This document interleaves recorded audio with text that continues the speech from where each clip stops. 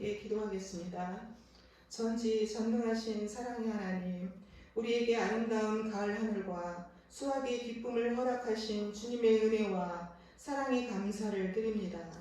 영원히 죽을 수밖에 없는 죄악 형벌 가운데서, 소망이 없는 가운데서 예수 그리스도의 십자가의 보혈의 공로로 구원하여 주신 것 감사를 드립니다. 그동안에도 하나님의 말씀과 뜻에 온전히 순종하지 못하고 헛된 세상 뜻과 욕심과 영광을 위해 살았던 모든 죄와 허물을 용서하옵소서. 아멘. 지금 세상은 전쟁으로, 재난과 테러와 폭력 등으로 고통당하고 희생되는 많은 사람들이 있습니다.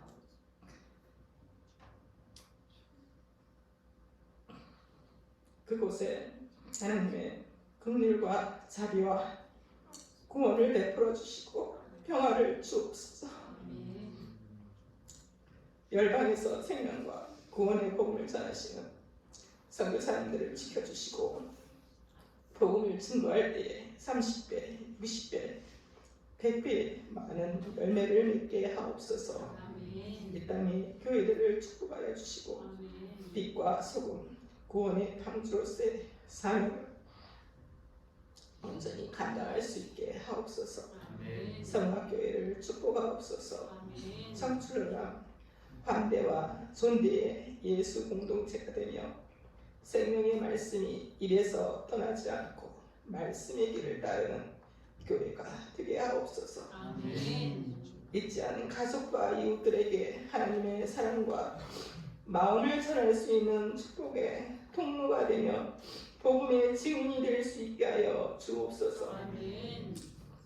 구역이 활성화되어 모이기에 힘쓰게 하시고 교육부가 더욱 부흥하여 다음 세대를 든든하게 세워갈 수 있게 하여 주옵시고 특별히 슬픔을 겪은 가정에 위로의 성령님 함께하여 주옵소서. 질병으로 고통당하는 지체들에게 우리의 고통을 친히 경험하신 주님께서 어루만져 주시고 치료의 광선을 비춰 주옵소서. 이 시간 말씀을 준비하여 전하여 주실 박양규 목사님, 그 섬기시는 사역과 교회와 가정을 축복하여 주옵시고 또한 말씀을 전하실 때에 성령의 능력을 각절이나 더하여 주옵소서. 말씀을 들으며 예배하는 저희들에게 듣고 깨달아 오직 믿음으로 살아갈 수 있는 능력을 주옵소서.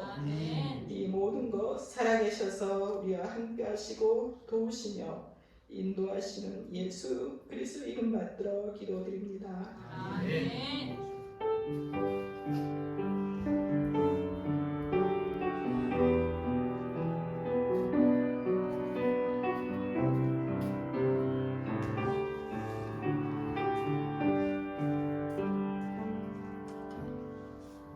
하나님 말씀 제가 봉독하겠습니다. 예레미야서 29장 10절에서 14절까지 말씀입니다. 예레미야서 29장 10절에서 14절까지 말씀입니다.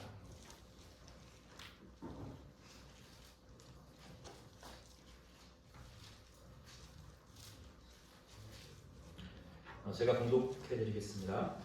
여호와께서 이와 같이 말씀하시니라. 바벨론에서 70년이 차면 내가 너희를 돌보고 나의 선한 말을 너희에게 성취하여 너희를 이곳으로 돌아오게 하리라.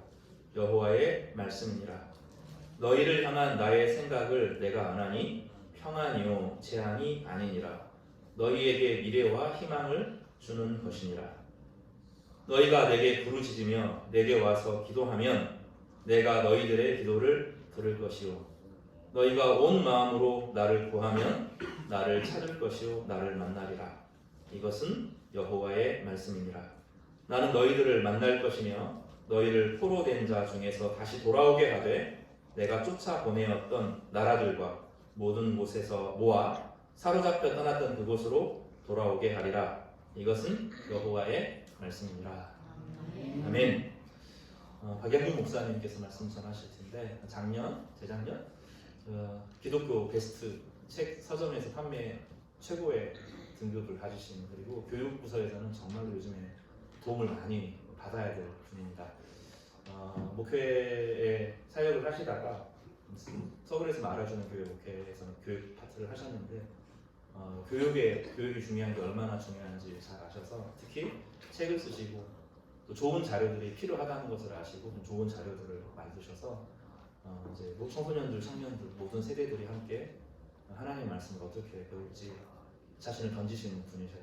지난 몇 년간 광야 생활을 지내시면서도 얼마나 단단하시고 또 마음이 열려 있는지 잠깐 만나는 게 그렇게 감동이 되었습니다.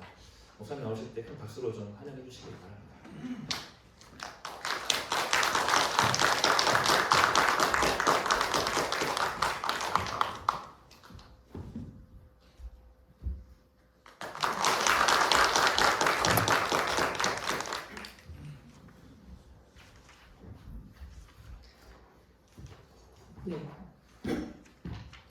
네, 반갑습니다. 네, 과분한 소개를 받았습니다. 네, 제가 서울에서 이렇게 내려왔을 때 첫 느낌은 너무 따뜻하다라는 그런 느낌을 받았습니다. 진실하시고 겸손하신 목사님이 신무하시는 이 교회에서 참 아름다운 이 교회에서 하나님의 말씀을 같이 나누는 이 영광스러운 귀한 시간을 주셔서 진심으로 감사를 드립니다. 찬양하시는 모습과 그리고 아침에 봉사하시는 모습들을 보면서 제 마음속에 너무 큰 감동이 밀려왔습니다. 하나님께서 함께 하시는 교회구나. 참 그런데 이 시간에 그 하나님의 교회에 우리 성도님들과 말씀을 나누는 이 마음이 참 얼마나 떨리는지 모르겠습니다. 그럼에도 불구하고 이 시간에 온전히 주 성령님께서 역사하시는 시간이 되기를 간절히 원합니다. 네, 저는 서울에서 그렇게 사역을 하다가 다음 세대를 위해서 하나님만 바라보고 이렇게 뛰쳐나왔습니다. 그리고 아이들을 위한 교재들을 만들고 그렇게 중고등학교에서 그리고 대학교에서 강의를 하고 있습니다. 오늘 그런 콘텐츠들을 가지고 그런 자료들을 가지고 우리 성도님들과 한번 성경 속으로 제가 안내하는 시간을 가지려고 합니다. 하나님의 진심 그것을 이 시간에 한번 느껴보셨으면 좋겠습니다. 혹시 여러분들은 어떤 희망을 가지고 계십니까? 마음속에 어떤 희망을 가지느냐에 따라서 같은 공간에 있다고 하더라도 우리가 미래를 대하는 태도 그리고 현실의 모습은 상당히 달라지리라고 생각을 합니다. 그래서 희망을 가지는 것은 굉장히 중요한 일이라고 할 수 있습니다. 그렇지만 이 세상을 둘러보면 거짓 희망이 참 많이 있습니다. 근거 없는 희망이 참 많아요. 잘 될 거예요. 다 잘 될 거예요. 이런 근거 없는 희망들이 참 많습니다. 좋은 일 생길 거예요. 이런 얘기들 말이죠. 그런데 이렇게 거짓된 공허한 이런 희망들을 들으면 잠깐은 기분이 좋을지는 모르겠지만 여전히 우리들은 그 늪에 빠지는 느낌을 받습니다. 왜냐하면 근거도 없기 때문에 그렇고요. 다 잘 될 거예요 라고 이야기를 해도 다 잘 되지 않을 경우에는 책임지는 사람도 없기 때문에 참 그런 이야기를 들으면 공허한 마음이 듭니다. 그럼에도 불구하고 여전히 우리들은 희망이라는 것에 갈증을 느끼는 이유는 미래가 불확실하기 때문입니다. 이런 현실을 우리들이 살아갈 때 하나님의 진심이 무엇인지 이 시간에 한번 같이 느껴보는 시간이 되었으면 좋겠습니다. 하나님께서는 오늘 같이 읽은 말씀에서 우리를 향한 희망을 말씀을 하고 계십니다. 그 속에 하나님의 진심이 담겨 있는데 하나님께서 말씀하시는 희망은 다 잘 될 거야. 모든 것이 좋아질 거야. 이런 공허한 희망이 아니라 반드시 분명한 근거를 가지고 하나님께서는 말씀을 하고 계신 겁니다. 그 근거가 무엇인지는 역사가 증명을 하는 부분인데 그 역사적인 자료를 가지고 오늘 성도님들과 같이 이 시간을 나누려고 합니다. 예배 시간이지만 한번 성경 본문 속으로 들어가 보려고 하는데요. 지금 보이시는 이곳이 영국 런던에 있는 대형박물관이라고 하는 곳입니다. 이곳에서 제가 또 책을 썼는데요. 성경과 관련된 자료가 너무너무 많이 있습니다. 제가 이 자료들 조사하기 전까지만 하더라도 마치 느낌이 예레미야 본문, 창세기, 바벨탑 이런 사건들을 대하면 그냥 전설의 고향 같은 느낌을 받을 때가 참 많이 있었습니다. 그런데 이 유물을 직접 보는 순간 하나님의 말씀이 정말 사실이구나 하는 그런 깨달음을 얻을 때가 참 많이 있었습니다. 한번 이 역사 속으로 한번 들어가 볼 텐데요. 우리들은 우리 인류의 기원이라고 하는 선악과 에덴 동산 이런 부분들도 참 전설의 하나로 생각을 할 때가 참 많이 있지 않겠습니까? 그런데 메소포타미아 전시관에 가보시면 이런 유물이 전시가 되어 있습니다. 메소포타미아는 인류 최초의 문명의 꽃을 피웠던 사람들인데요. 그 사람들이 듣고 들었던 내용이 이렇게 흔적으로 나와 있습니다. 가만히 보시면 가운데 나무가 보이시죠? 그 나무를 보고 두 사람이 이렇게 마주보고 있습니다. 그런데 가만히 보시면 그 뒤에 이 사람들을 유혹한 뭔가가 보이지 않습니까? 네, 이런 내용들을 보시면 메소포타미아에 있는 사람들은 나무 앞에서 두 사람이 이렇게 앉아 있는데 뱀이 그들을 유혹했다라는 이야기들을 조상 때부터 계속 들었던 이 흔적을 만들어낸 겁니다. 이런 자료들을 볼 때 참 성경에 있는 내용이 누군가가 지어낸 것이 아니라 정말 역사 속에서 존재해 왔구나 하는 부분들을 느낄 수가 있을 겁니다.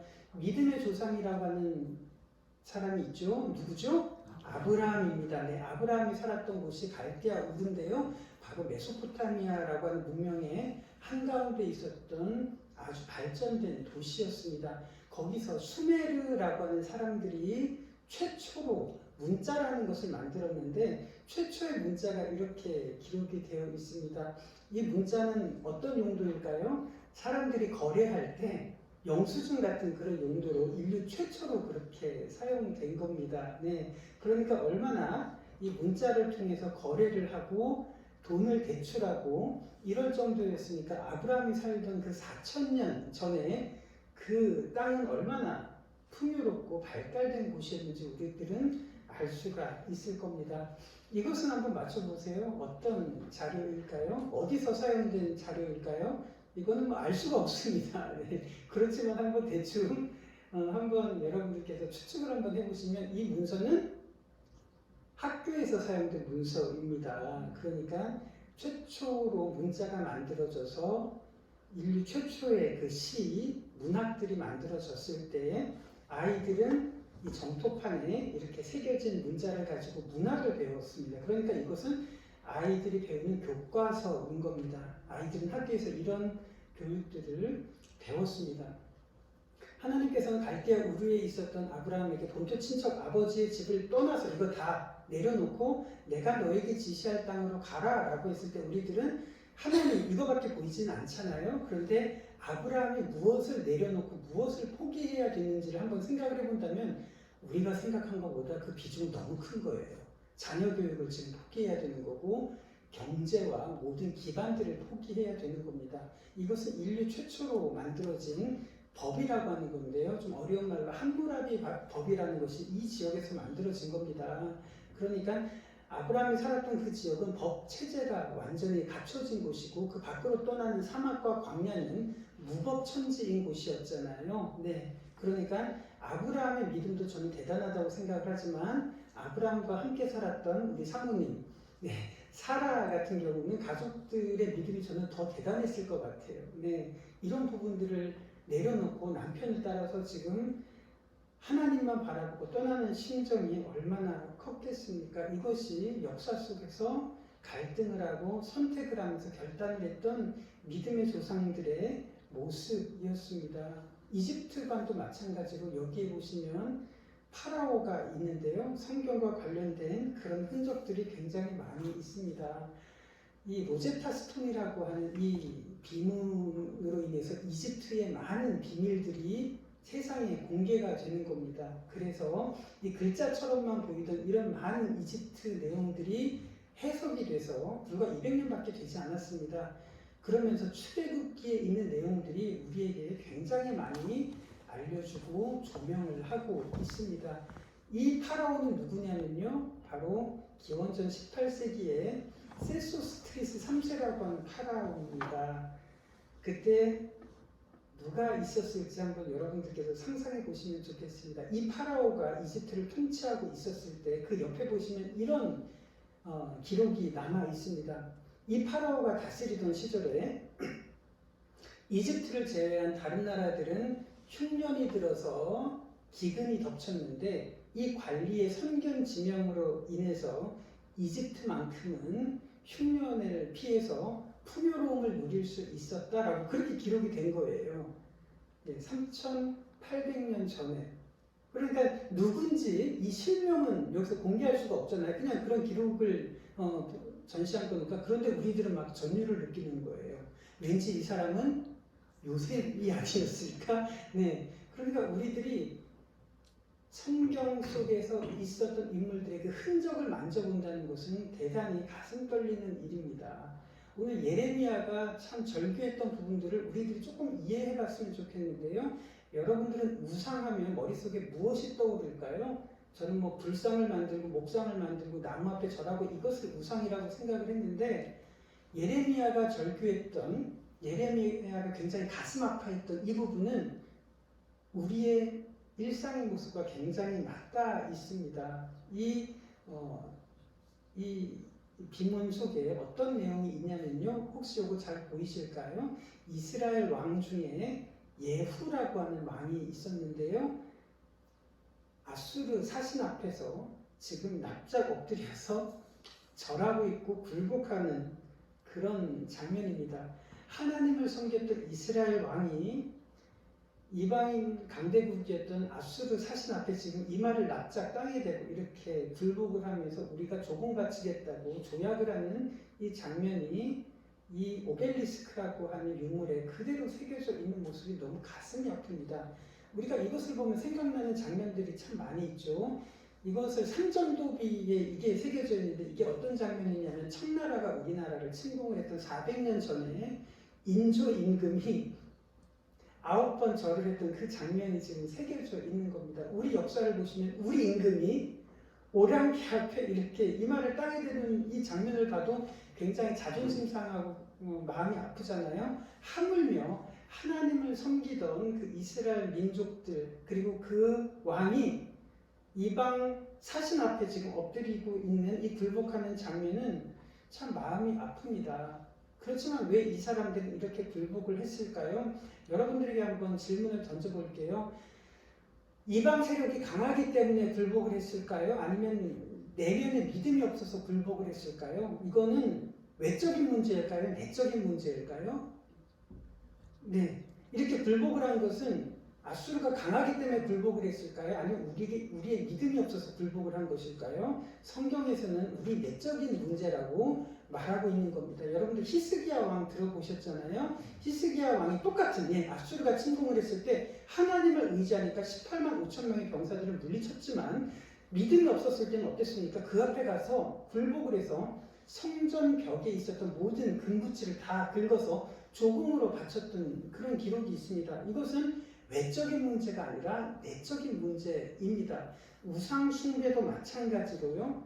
우리의 내적인 문제가 좌우하는 부분이 굉장히 큽니다. 여러분들의 중심, 여러분들의 마음이 어디를 향하느냐에 따라서 우리들은 우상을 섬길 수도 있고 아니면 하나님을 섬길 수도 있는 그 양면성이 우리 내면에 끊임없이 존재하기 때문입니다. 그러면 이 부분을 한번 여러분들께서 성경을 읽었던 부분들을 한번 정리를 해볼게요. 이스라엘이라는 나라가 있었습니다. 그리고 왕국이 시작이 되죠. 1대 초대 왕이 누구죠? 사울이라는 왕이죠. 그리고 두 번째 왕은 다윗이라는 왕입니다. 그리고 세 번째 왕이 솔로몬이라고 하는 왕 이후에 나라가 분열이 됩니다. 그래서 북이스라엘과 남유다로 이렇게 갈라지는 겁니다. 그런데 북이스라엘은 기원전 722년에 방금 보셨던 그 아수르에 의해서 멸망을 당하는데요. 이 장면을 보시면 남유다는 그로부터 100년 남짓 더 존속이 되다가 바벨론에 의해서 멸망을 당하게 되는 이런 가슴 아픈 역사를 가지고 있습니다. 이 장면을 한번 여러분들께서 보실 수 있을까요? 722년, 기원전 722년에 아수르가 침공을 했을 때 사마리아 성전이 약탈당하는 그 흔적을 아수 사람들 이렇게 조각한 그 내용물입니다. 지금 아수르 병사들이 사마리아 성전 안에 있는 전리품을 들고 가고 있는데 보시면 이 병사들의 표정이 너무 생생하게 표현되어 있습니다. 웃는 모습이에요. 그러니까 너무 기분이 나쁜 거죠. 2600년 전, 2700년 전의 사건인데 그 사람들 병사의 얼굴이 그대로 새겨져 있습니다. 그런데 이 사람들이 지금 약탈에 가고 있는 것이 무엇이냐면 이게 뭘까요? 이게 사마리아 성전 안에 가득 찼던 신상들입니다. 우상들이 그렇게 가득 찼던 거예요. 그러니까 이 사람들은 입으로는 하나님을 섬긴다고 하면서 내적으로는 지금 누구를 의지하고 있었냐면 이렇게 온가득 우상을 숭배하고 있었던 그것이 바로 이 사람들의 현실이었던 겁니다. 우리들을 굴복하게 하는 것이 무엇일까요? 우상이란 무엇일까요? 이제 이 부분을 알아야 하나님의 진심을 느끼실 수가 있을 겁니다. 우리를 마음 깊이 굴복시키는 그것이 무엇일까요? 그것이 바로 성경에서는 우상이라고 표현을 합니다. 팀켈러 목사님이 이렇게 말했습니다. 사람들 내면 속의 우상이란 그 사람들이 가장 원하는 그것이 현실화된 것을 우상이라고 표현을 한 겁니다. 예를 들어서 풍요를 원하는 사람은 절대로 지혜의 여신이나 바다의 신을 섬기지 않고 풍요의 여신을 섬기게 되어 있습니다. 건강을 원하는 사람은 지혜의 여신을 섬기는 게 아니라 의술의 신을 섬기게 되어 있다는 거예요. 우리들이 어떤 우상을 섬기느냐에 따라서 지금 그 사람의 내면 속에 지금 무엇을 갈급해하고 있는지 그 부분을 볼 수 있다고 팀켈러 목사님은 말하고 있습니다. 그러니까 갈멜산에서 어떤 일이 있었냐면 이스라엘 백성들이 우상 숭배로 인해서 바알과 아세라 선지자들로 인해서 이스라엘 백성들이 우상 숭배가 너무 심한 겁니다. 그때 엘리야가 이스라엘 백성들에게 뭐라고 이야기를 하냐면 여호와가 만일 하나님이면 하나님을 섬기고 바알이 하나님이면 바알을 섬겨라 이렇게 이야기를 했을 때 이스라엘 백성들은 한마디도 하지 못했던 겁니다. 이스라엘 백성들은 이랬어요. 한 번도 하나님을 섬기지 말고 우상 섬기자 이랬던 적이 없었습니다. 안식일에는 성전에서 하나님을 섬기고 예배를 드렸지만 성전문을 떠나는 그 순간 농사를 짓는 사람은 태양신을 그리고 풍요를 바라는 사람들은 아세라 여신을 이렇게 숭배하면서 지내다가 다시 안식일이 되면 성전으로 와서 하나님을 부르던 이 모습이 끊임없이 반복이 되었던 겁니다. 우상이란 지금 우리 내면 속에 가장 절실하고 아쉬운 것을 하나님 대신 의지하는 그 대상이라고 성경에서는 말하고 있습니다. 우리들은 하나님을 의지하고 하나님을 사랑한다고 참 고백을 많이 하잖아요. 그렇게 기도도 합니다. 지금 우리 내면 속에 우리를 가장 힘들게 하는 것이 무엇일까요?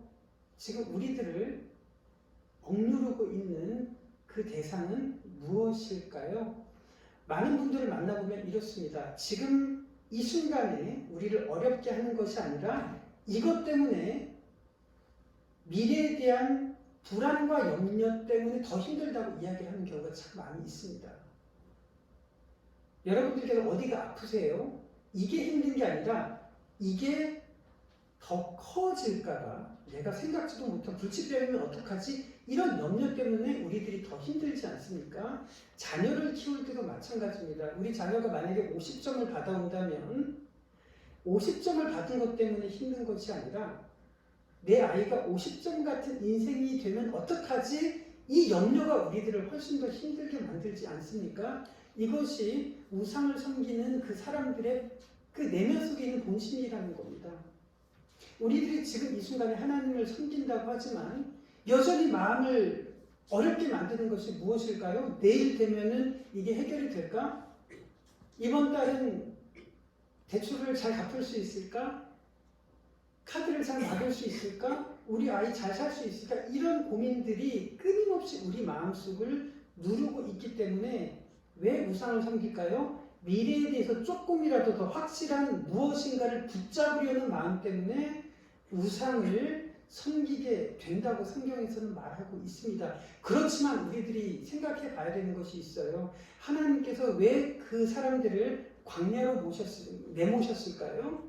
하나님께서는 그 사람들에게 만나를 내려주셨잖아요. 그러면서 이렇게 약속하셨습니다. 오늘 만나를 내려주시고 내일 되면 내일의 만나를 내려주시겠다고 약속을 하셨습니다. 그런데 이스라엘 사람들이 하는 행동을 우리들은 기억을 해요. 내일 만나가 안 내릴까봐 어떻게 합니까? 오늘 만나를 거두면서 내일 것까지 저장을 하려고 하는 것이 우리들의 마음이라는 겁니다. 그렇지 않습니까? 네, 광야에서 그 모습이 바로 우리들의 모습이었던 겁니다. 그렇지만 하나님께서는 내일의 만나를 위해서 저장한 그 만나를 하나님께서는 내버려 두지 않으셨습니다. 하나님께서는 내일의 문제는 내일 내가 해결하겠다고 하나님께서는 약속을 하셨는데 우리들은 내일의 문제에 대해서도 손에 잡히는 그 무엇인가가 있어야 안심을 하는 것이 우리들의 본성인 겁니다.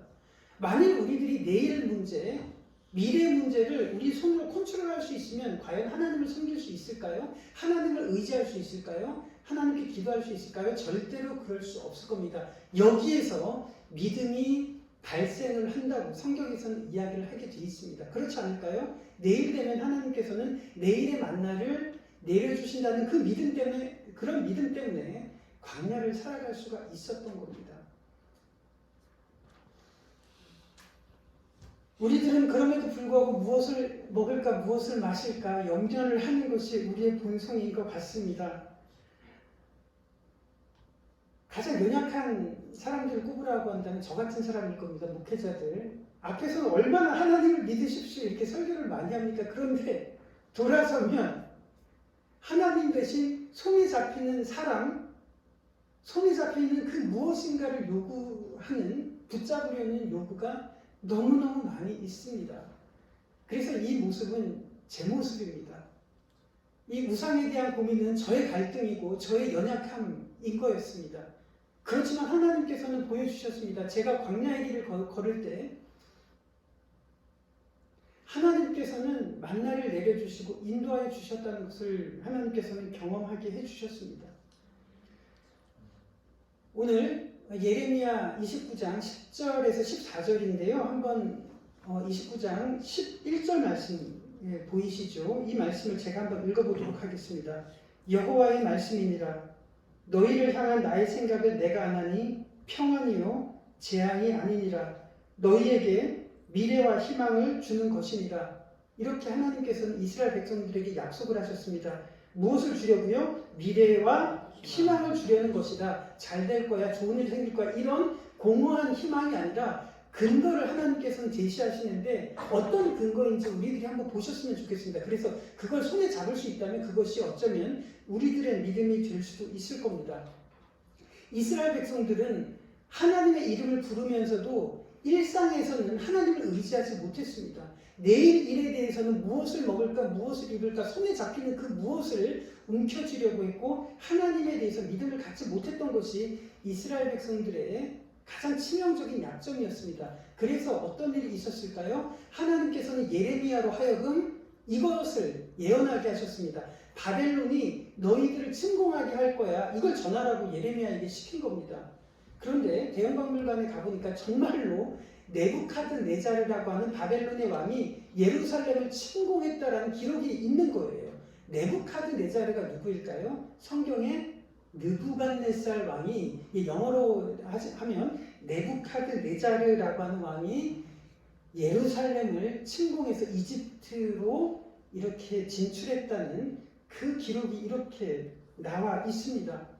그러면 이렇죠. 한번 보시면 이렇습니다. 바벨론에 의해서 남유다가 멸망을 당하는데 세 차례 침공을 받습니다. 그래서 1차 침공 때 누가 끌려가냐면 다니엘과 세 친구들이 끌려갑니다. 2차 침공 때 누가 끌려가냐면 에스겔이 끌려갑니다. 예. 3차 침공 때 누가 끌려가냐면 지금 읽은 누가 끌려가죠? 예. 이때 예레미야 선지자가 굉장히 고통을 겪었던 그런 상황이었습니다. 우리들은 이렇게 바벨론이 침공을 했구나라고 이렇게 보고 있지만 이 침공을 경험했던 사람들은 정말 고통스러운 현장일 겁니다.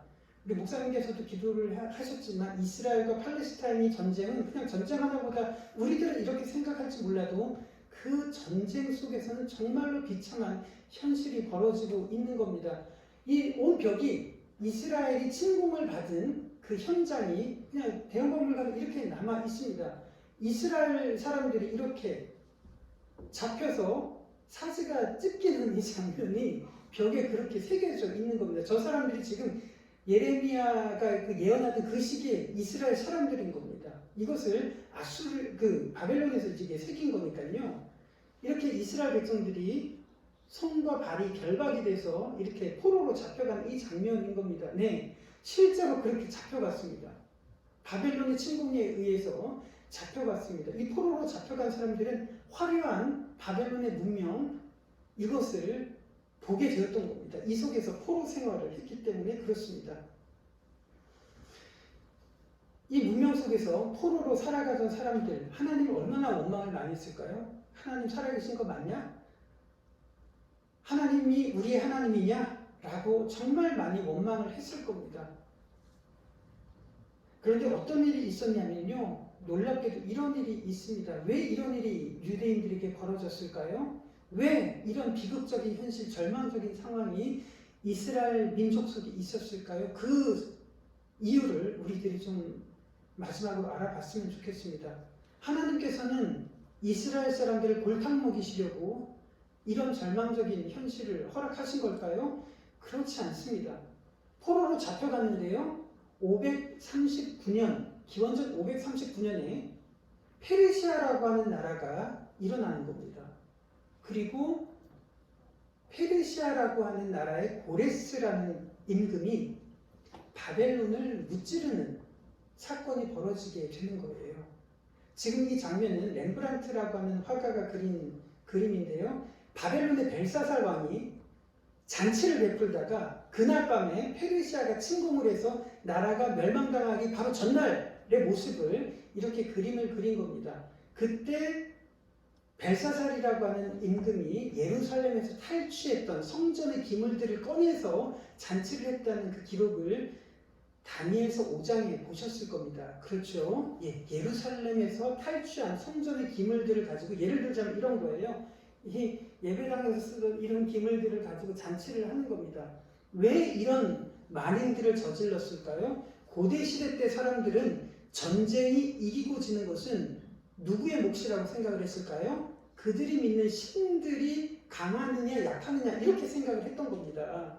그러니까 지금 벨사살 왕이 예루살렘에서 탈취한 기물을 가지고 이렇게 잔치를 했던 것은 우리 신이 니네들 신보다 더 강해. 이것을 지금 만천하에 드러내려고 하는 시도였던 겁니다. 그러면 보세요. 하나님께서는 전능하신 분입니다. 전지전능하신 분이고 광대하신 분입니다. 그렇지만 하나님께서는 바벨론이 이스라엘 백성들을 침공하시는 것을 허락하셨잖아요. 이것은 당시 사람들에게 어떤 의미를 주었을까요? 바벨론의 신이 이스라엘 신보다 더 강력하고 크다는 그런 인식이 그 당시 사람들에게 있었던 상황인 겁니다. 그러면 하나님의 이름이 어떻게 됐을까요? 당시 사람들에게 땅이 떨어지게 되는 거잖아요. 하나님께서는 자신의 이름이 이방의 신들보다 더 낮게 됨에도 불구하고 더 원하셨던 진심이 있었던 겁니다. 하나님의 이름이 땅에 떨어지는 것보다 하나님께는 더 소중한 것이 무엇이냐? 그것이 여러분들과 나눌 하나님의 진심이었습니다. 왜 하나님께서 이런 상황에서도 침묵하셨을까요? 페르시아의 고레스라고 하는 왕이 바벨론을 무너뜨립니다. 그리고 바벨론에 사로잡혀 온 포로들을 본국으로 돌아가게 하는 거예요. 대형박물관에 가보시면 고레스 칙령이라고 아주 유명한 문서가 있습니다. 기원전 539년에 페르시아의 고레스라고 하는 왕이 포로들로 하여금 본국으로 돌아가게 했던 그것을 승인했던 문서가 바로 고레스 칙령이라고 하는 겁니다. 좀 못 믿으실까봐 백과사전을 이렇게 한번 캡처를 해봤습니다. 여러분들 키루스 원통 고레스 칙령을 치시면 진짜 구글에서 이런 백과사전으로 안내합니다. 그래서 이렇게 조금 확대를 해보시면 기원전 539년에 페르시아의 고레스 왕이 포로들을 본국으로 돌아가게 한 문서라고 백과사전에 그렇게 나와 있습니다. 자, 그러면 한번 보세요. 1차, 2차, 3차 침공 때 사로잡혀 왔던 사람들이 바벨론의 포로로 있었잖아요. 539년에 유대인들이 본국으로 귀환하라는 고레스 칙령이 내려지게 되는 겁니다. 그러면 포로로 잡혀왔던 사람들이 돌아가게 되는데 몇 년 만에, 가장 먼저 잡혀온 사람들은 몇 년 만에 돌아가게 되는지를 여기서 보시면 놀랍습니다. 여기서 굉장히 전율이 일어나게 되는 거예요. 606년부터 잡혀온 포로들이 있었을 거 아니겠습니까? 그래도 539년에 너희들 돌아가 해가지고 536년에 돌아가게 되는 건데요. 몇 년 만에 돌아갈까요? 예, 70년 만에 진짜로 돌아가게 되는 겁니다. 여기를 한번 보시면 이렇습니다. 예레미야 선지자가 하나님께서 전하라고 하신 그 말씀을 이스라엘 백성들에게 전한 것이 오늘 본문이에요. 자, 그러면 요 구절을 한번 보시면 이렇습니다. 여호와께서 이와 같이 말씀하시느니라. 바벨론에서 몇 년이 차면? 70년이 차면 내가 너희를 돌보고 나의 선한 말을 너희에게 성취하여 너희를 이곳으로 돌아오게 하리라. 여호와의 말씀이니라. 이것이 바로 예레미야가 이스라엘 백성들에게 했던 예언이었습니다. 전 이것을 보면서 그 박물관에서 너무 전율을 했던 기억이 지금도 생생하고요. 지금도 이 성경을 볼 때마다 가슴이 떨립니다. 왜냐하면 이것이 전설이라고 저는 생각을 했고 누군가 만들어낸 그냥 옛날 이야기라고 생각을 했는데 그 사람들이 잡혀갔던 이야기 그리고 정말로 70년 만에 본국으로 돌아갔던 그 사건들을 저는 이렇게 손에 만질 정도로 보게 되었기 때문에 그렇습니다. 자, 그러면 이제 오늘 말씀을 정리하려고 합니다. 하나님께서는 자신의 이름이 이방 백성들 사이에서 바벨론 신들보다 못하다라는 이것을 감수해가면서도 정말 원하셨던 것이 무엇일까요? 그것을 여러분들께서는 그 하나님의 진심을 보실 수가 있을 겁니다. 그것이 오늘 여러분들과 같이 읽은 본문인데요. 한번 오늘 이 말씀을 천천히 한번 읽어보시면서 오늘 하나님의 진심을 느껴봤으면 좋겠습니다. 여호와께서 이와 같이 말씀하시니라. 바벨론에서 70년이 차면 내가 너희를 돌보고 나의 선한 말을 너희에게 성취하여 너희를 이곳으로 돌아오게 하리라. 여호와의 말씀이니라. 너희를 향한 나의 생각을 내가 아나니 평안이요 재앙이 아니니라. 너희에게 미래와 희망을 주는 것이니라. 너희가 내게 부르짖으며 내게 와서 기도하면 내가 너희들의 기도를 들을 것이요 너희가 온 마음으로 나를 구하면 나를 찾을 것이요 나를 만나리라. 이것은 여호와의 말씀이니라. 나는 너희들을 만날 것이며 너희를 포로된 중에서 다시 돌아오게 하되 내가 쫓아보내었던 나라들과 모든 곳에서 모아 사로잡혀 떠났던 그곳으로 돌아오게 하리라. 이것은 여호와의 말씀이니라. 여기서 하나님께서 진짜 원하시는 것이 보이시지 않습니까? 하나님께서 정말 원하시는 것은 너희들이 나를 찾고 찾는 것을 하나님께서는 원하셨던 겁니다. 다시요, 우리들의 미래마저도 하나님께서는 붙들고 계시고 인도하신다는 것을 의지하고 하나님을 붙잡으라는 것을 하나님께서는 간절히 원하셨던 겁니다. 자신의 이름이 세상 모든 민족 위에 높아지는 것을 하나님께서는 왜 원하지 않으셨겠습니까? 그것을 포기함에도 불구하고 정말 원하셨던 것은 하나님의 사랑하는 백성들이 그분을 의지하고 기도하고 미래의 모든 일까지도 맡기고 의지하는 것을 하나님께서는 원하고 계셨습니다. 그전에는 예레미야 선지자를 미워해서 막 이렇게 구덩이에 가둬버렸죠. 선지자들을 죽였습니다. 그랬던 이스라엘 백성들이 포로로 잡혀가고 난 이후에 어떤 일이 벌어지냐면 지금 예레미야 선지자의 말처럼 그리고 다니엘의 기록처럼 70년을 기억하는 거예요. 다니엘서 9장에 보시면 70년을 다니엘도 기억하고 있었던 거예요. 그러니까 이 사람들이 그전에는 하나님의 말씀을 속된 표현으로 귀뚱으로도 듣지 않았는데 포로로 잡혀가니까 야 점점 70년이 차 뭐 이런 얘기들을 하고 있는 겁니다. 그러면서 하나님을 의지하는 백성들로 하나님께서는 만드셨다는 이 사실을 우리들은 그 역사의 현장을 우리들은 바라보게 되는 겁니다. 오늘 말씀을 정리하려고 합니다. 우리 눈앞에는 여러 가지 절망과 우리를 눈물을 흘리게 하는 많은 사건들이 있습니다. 왜 우리 눈앞에는 불안하고 절망스러운 이런 현실들이 끊임없이 펼쳐질까요? 왜 우리 삶 속에서는 안타까운 눈물의 골짜기가 계속 펼쳐질까요? 이유는 하나입니다. 지금 하나님의 진심을 보시면 그 해답을 찾을 수가 있습니다. 하나님은 우리를 골탕 먹이시려고 하는 것이 아니라 자신을 의지하는 백성들로 만들기 위해서, 그래서 미래와 희망을 주려는 그 진심이 바로 우리 현실 속에서 녹아 있습니다. 맨 앞서서 말씀드렸던 것을 기억하십니까? 우리들이 미래를 어떻게 보고 어떤 희망을 가지느냐에 따라서 현실을 대하는 태도는 전혀 달라질 겁니다. 우리는 똑같이 염려와 불안감 속에서 그렇게 살아가고 있습니다. 그러나 이것이 공허한 불안감이라고 한다면 참 두려울 거예요. 참 겁이 날 겁니다. 그러나 이것이 하나님께서 우리를 향한 미래와 희망을 주시려는 그 진심이라는 것을 알게 된다면 하나님 앞에 무릎을 꿇고 기도하고 의지할 수 있는 그런 백성이 될 수도 있을 겁니다. 아멘. 2600년 전에 그의 백성들을 정말로 말씀대로 70년 만에 인도하신 하나님이 살아계신다면, 이것이 정말 사실이라면 지금 이 순간에 이 현실을 살아가고 있는 우리들 역시 하나님께서 인도하시고 우리들에게도 미래와 희망을 주시려는 그 진심이 우리들에게도 여전히 유효하다는 것을 우리들은 믿을 수가 있을 겁니다. 그 믿음으로 이 현실을 담대하게 살아내시는 여러분들이 되시기를 주님의 이름으로 축원드립니다. 제가 기도하겠습니다. 살아계신 하나님 아버지, 너희를 향한 나의 생각을 안하니 평안이요 재앙이 아니니라. 내가 너희에게 미래와 희망을 주는 것이니라 라고 하나님의 진심을 우리들이 생각해 봅니다. 여전히 우리의 삶 속에서는 눈물과 아픔과 고통과 불안이 우리의 삶을 억누르고 때로는 주저앉게 만들 때가 참 많이 있습니다.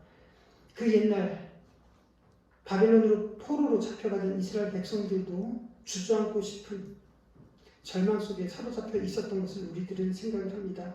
그러나 하나님께서 약속하셨던 것처럼 70년 만에 그의 백성들을 본국으로 돌아오게 하여 주셨고, 하나님께서는 미래와 희망을 정말로 주셨던 것을 기억합니다. 하나님, 가슴 아픈 일을 당한 가정이 있습니다.